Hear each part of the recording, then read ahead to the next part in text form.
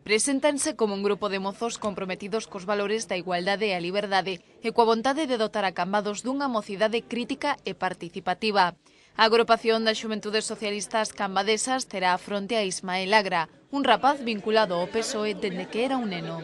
Isma é un dos imprescindibles para facer realidade en Cambados que esa semilla do socialismo siga medrando, que ese fermento que ten que levarnos a ter un gran resultado nun futuro inmediato, pois sexa real. Xunto a él, outros 5 mozos integran polo de agora as Xuventudes Socialistas de Cambados.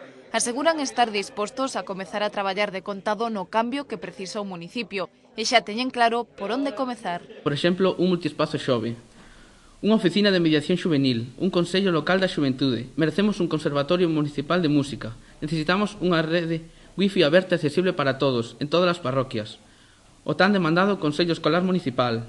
Tamén lles preocupa o paro xuvenil. Para resolvelo piden, entre outras medidas, que se crie un viveiro de empresas ou que se amplíe a oferta de estudos dos 2 institutos municipais. Non perden de vista demandas como a recuperación do servizo de noitebús, pero a curto prazo a prioridade será facer chegar aos mozos de Cambados a mensaxe dos socialistas e do seu candidato ás eleccións xerais do vindeiro 20 de novembro. Porque vos sodes a voz do socialismo cara a mocidade de Cambados e porque tamén sodes a voz dos mozos e mozas de Cambados a través do Grupo Municipal do voso povo e a partir de aí podedes facer moitas cousas.